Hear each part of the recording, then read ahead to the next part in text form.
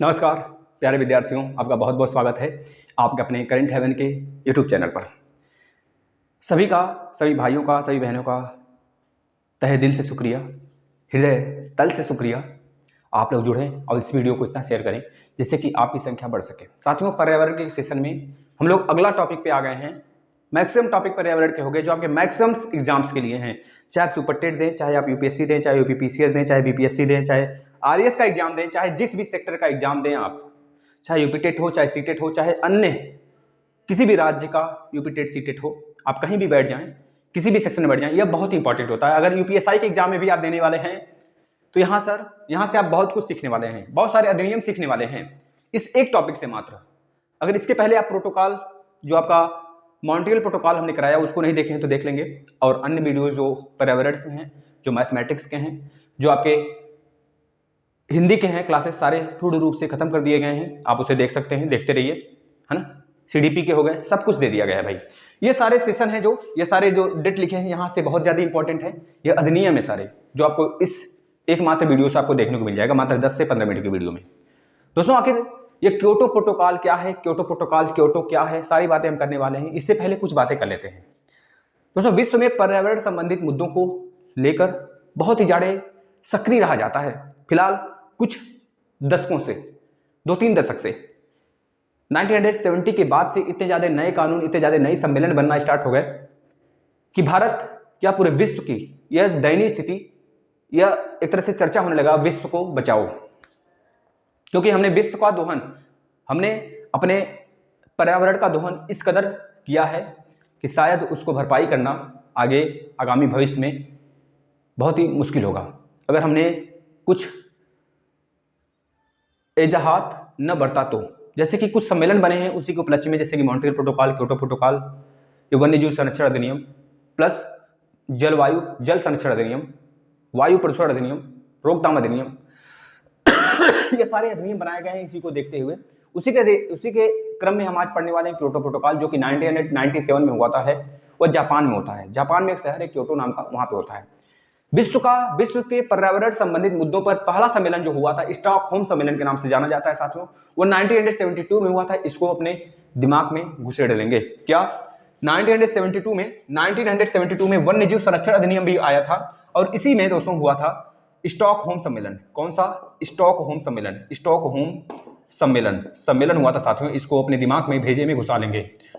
सम्मेलन हुआ था, और यह पूरे विश्व का पर्यावरण से संबंधित पहला सम्मेलन होता है। पूरे विश्व का पर्यावरण संबंधित मुद्दों पर सबसे पहला सम्मेलन कब हुआ तो बताना है, 1972 में हुआ था है। स्टॉकहोम सम्मेलन के नाम से जाना जाता है। पृथ्वी शिखर सम्मेलन 1992 में होता है। यह ब्राजील के रियो डी जेनेरियो में होता है। 1992 में पृथ्वी शिखर सम्मेलन होता है। पृथ्वी शिखर, क्रम से बता रहे हैं सारी चीजें, हम इस पे भी आएंगे, बस क्रम से चलने दीजिए मुझे। पृथ्वी शिखर सम्मेलन कब होता है? 1992 में होता है, और ये कहां होता है? ब्राजील के रियो डी जेनेरियो में, जहां पे हमारा 2016 का ओलंपिक हुआ था। इस बार का ओलंपिक चीन में हुआ है, चीन के बीजिंग में हुआ है, ये बात आपको याद रखना है। 1992 में पृथ्वी शिखर सम्मेलन होता है साथियों। यह सम्मेलन रियो के नाम से भी जाना जाता है, रियो सम्मेलन के नाम से भी जाना जाता है, क्योंकि यह ब्राजील के रियो डी जेनेरियो में होता है। ये चीज याद रखना, ठीक है। इसी के अंदर एक यूएनएफसीसी, किसके अंदर भाई? सेम इस पृथ्वी शिखर सम्मेलन के अंदर एक यूएनएफसीसी 1994 में एक सम्मेलन होता है। यूएनएफसीसी का मतलब हो गया United nation framework connection climate change. क्या? फिर से सुन लीजिए, हम लिख देते हैं, United nation framework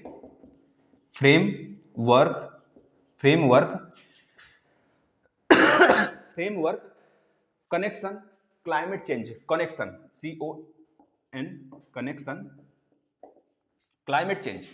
climate change, इसको आप लिख लेंगे भाई। यहां पे इसका फुल फॉर्म हो गया। यूएनएफसीसी सम्मेलन भी होता है 1994 में।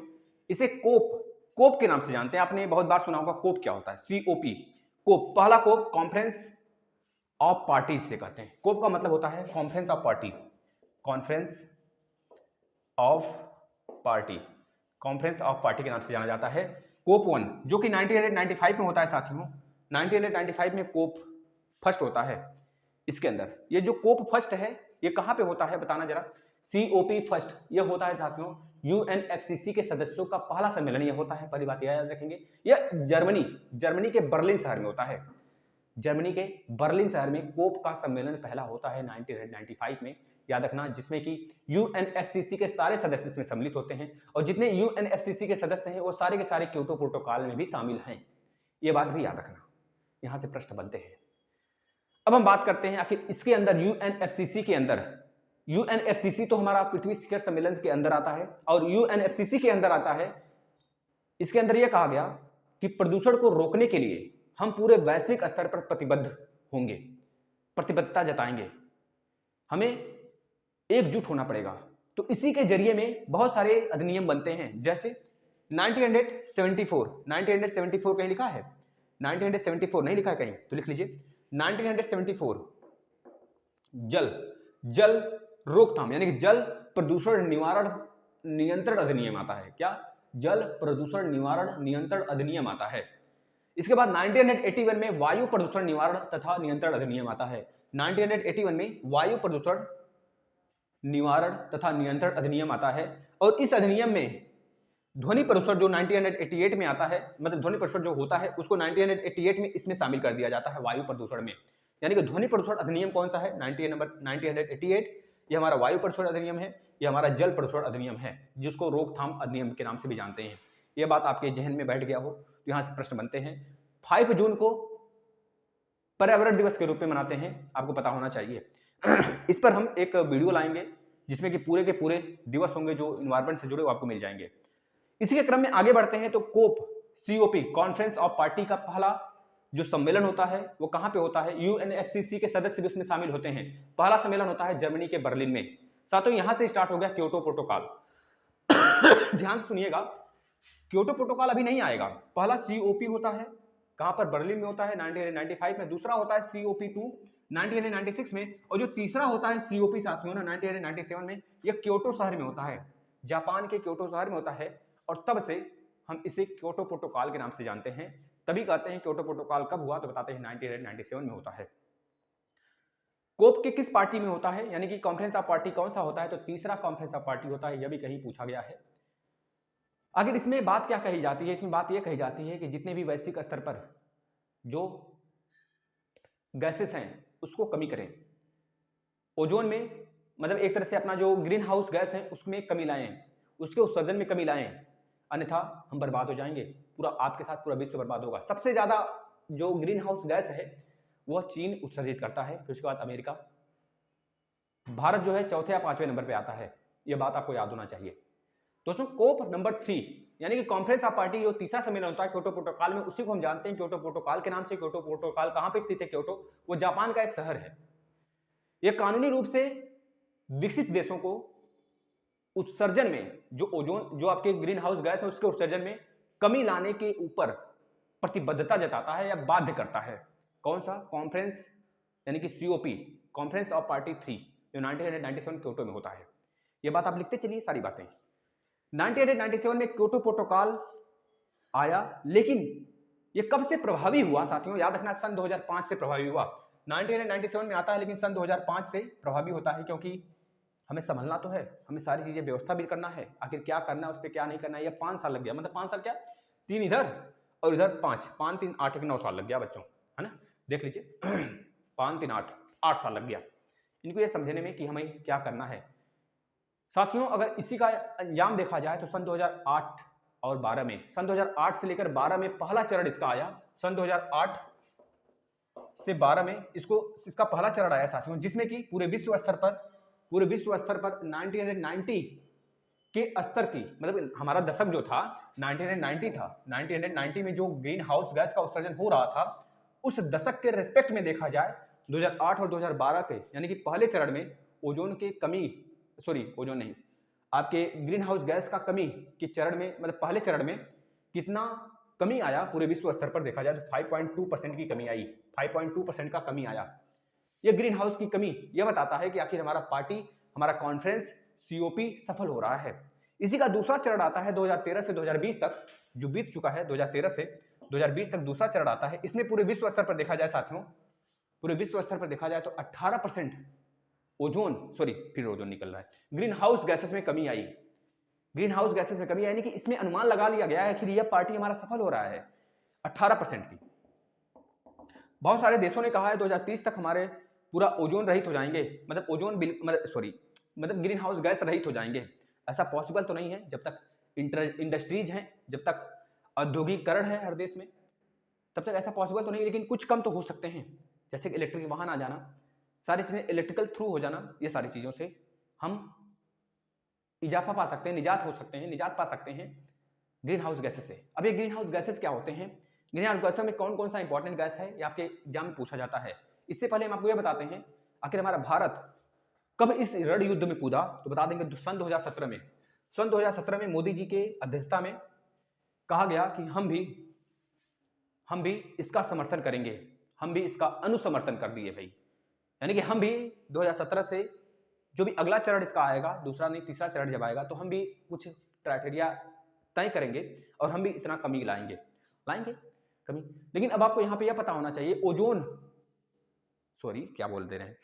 ग्रीन हाउस गैस कौन कौन से होते हैं।